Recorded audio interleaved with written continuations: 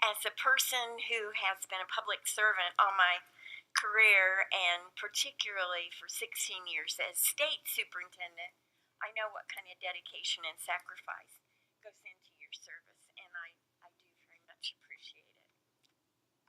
Let me say that we all know that times change and that we have to change with those times, and that when there is change, we need to embrace that change, but we need to mold it the very best we can to make sure that it works really well.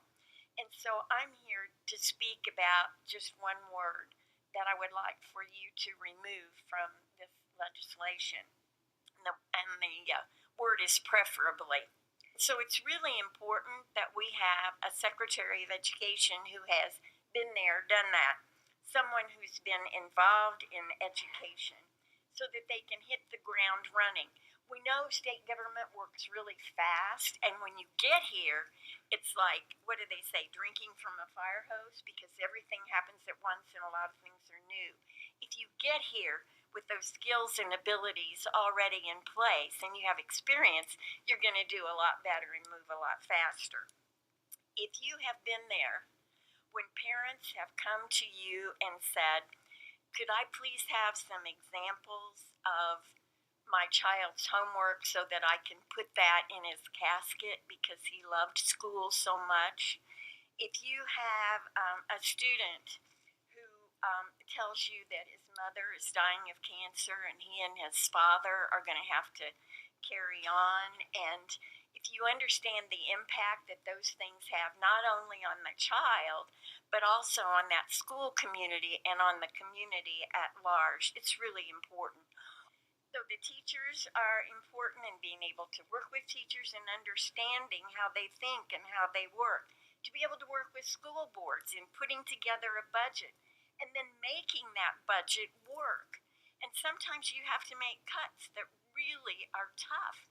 But if they are in the best interest of our students and we take the knowledge that we have about all of that, then we can make much better choices. We must meet regularly with teachers and students and parents and the school board and the community at large so that they're up on what's going on in education. We have to know how to read the research and know enough about statistics to know what research is really good and what's maybe not quite so good, but maybe very exciting as a headline. To deny the governor the assistance in his cabinet of someone with all of these skills, knowledges, and abilities would be to do a disservice to our governor. But it is up to you in the legislature because, as was pointed out by the speaker, you are the ones that are in charge of education in this state. So we want someone with proven skills and knowledge and experience, with a good work ethic, with ethics, civility, and with passion. It is up to you. You are the ones that have the power to make these changes. And I know that you can, and I know that you can use your minds and hearts to see that that happens.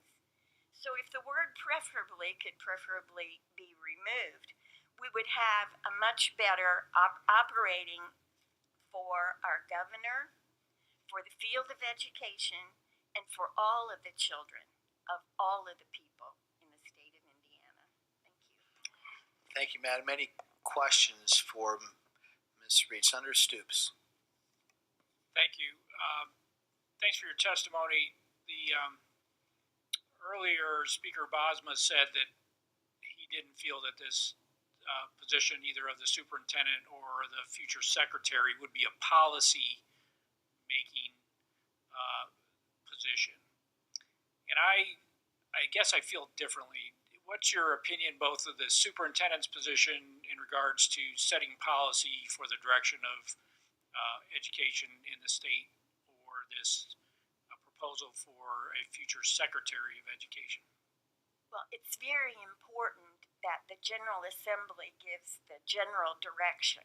But so far as the implementation and so far as trying to influence the General Assembly with knowledge, with research, with experience, and all of those things help you do your job better. And when you do your job better, then the Secretary of Education can do his or her job better. So the policy function is, and the responsibility lies with you all. You are powerful. You are in charge of education. That's what the Constitution says.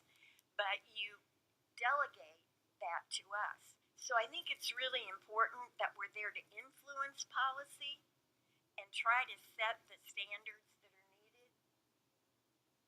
Work with you all to see that happens. So I guess the problem arises when the superintendent or possibly a future secretary sees maybe a problem with the direction of policy that's being set by the legislature or the governor, or a conflict in what should be the goals or the goals outlined in our Constitution, for instance. With this appointed position or with the elected superintendent position, do you feel that the elected superintendent position has more of an ability to stand up and say, wait a minute, this doesn't make any sense, or this isn't a direction that's going to be helpful to schools? Because I don't think the legislature has that filter. Let me tell you two things. Number one, even though the election process is really hard for educators, we all know how hard it is to go out and talk to people and do your work all day, and then in evenings and weekends go out and campaign. And so it is very hard to keep up on all of the research and all the things that are going on, plus be in the political arena. And so if I had, if I could choose, I would say let's elect, because that's the way the people's voices are heard clearly. And clearly, as Senator Lysing pointed out, this has been absolutely true down through time, because we know that all of us are a lot smarter than just one of us. And if we all work together, we can solve our problems, and we can have a better state and a better country because of it. To deny the service of someone who might disagree to our state would be absolutely wrong and would be a disservice. So I would hope that even if we have, a Secretary of Education in the cabinet, that person would be able to speak up and say what it is that is in their heart because of their experience, their research, their background, their skills, their knowledge, all of the things that they have done. So either way, I think we absolutely have to have that, and I would hate it if the governor would fire somebody just for disagreeing with what he said. And I don't think Governor Holcomb would, but who knows what the future holds. All right. Are there any other questions for Go ahead, Senator Freeman. Dr. Reed, I appreciate your testimony, and I'm just trying to get to, I think Speaker Bosma pointed it out, but you want preferably removed to make the bill possess an earned advanced degree in education. You think it's important that somebody have a degree in education. Is that the essence of what you're getting to? I think we need the very best qualified people we can get. Well, Dr. Reed, I appreciate what you said about Abraham Lincoln. I love him too, and speaking of the best and the brightest, I just respectfully disagree in terms of, I think the speaker brought up a great point. I don't think you would have President Mitch Daniels at Purdue if we would require him to have a degree in education. I don't think, wait, hang on just a second. I don't think you would have Secretary DeVos in D.C. Now, we can agree or disagree whether that's good or bad. I'm just saying I don't believe she has a degree in higher education. I, sitting on the Senate Education Committee, don't profess to have a subject matter expert or have an advanced degree in education. Thank you very much for your... Well, my degree is not in education. My degree is in history and political science, and then subsequent degrees are in education.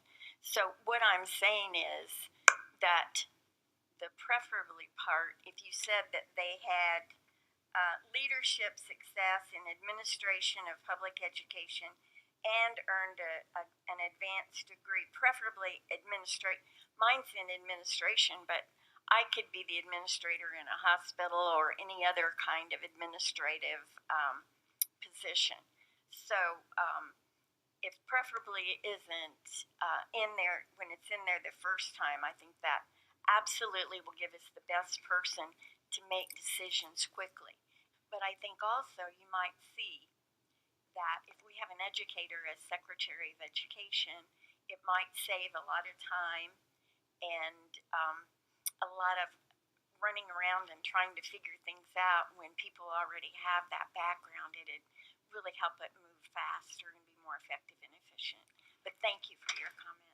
Senator Sparks. Do you have some thought and suggestions with all of the boards and structure how we can do better legislative oversight that we still, because ultimate responsibility in our Constitution lies with our branch. So do you have some thoughts, not going into detail, but in the bigger picture, from your experience, how we can do a better job, make sure this new mechanism is working and we can monitor implementation, so a lot of good new policies. Since you asked, I think first of all, we understand that democracy is messy. And I think it was Churchill that said it's the worst of all possible governments except all the others. And that Constitutional republic, that's why. So we know that. But if we, in some of the legislation, it's almost like they're pitting the state board and the state superintendent, almost pitting them against one another, instead of understanding that they really need to work together for the good.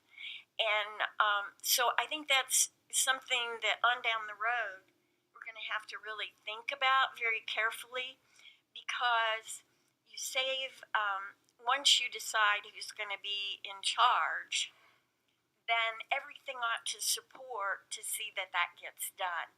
And so I'd be very cautious when almost interchangeably we're using state board, and now they have a staff, which was proposed at the time I was state superintendent, but never happened because my staff could do, and I'm sure the staff today, could do the work that needed to be done honestly, transparently, and have it presented to everybody to see what's going on.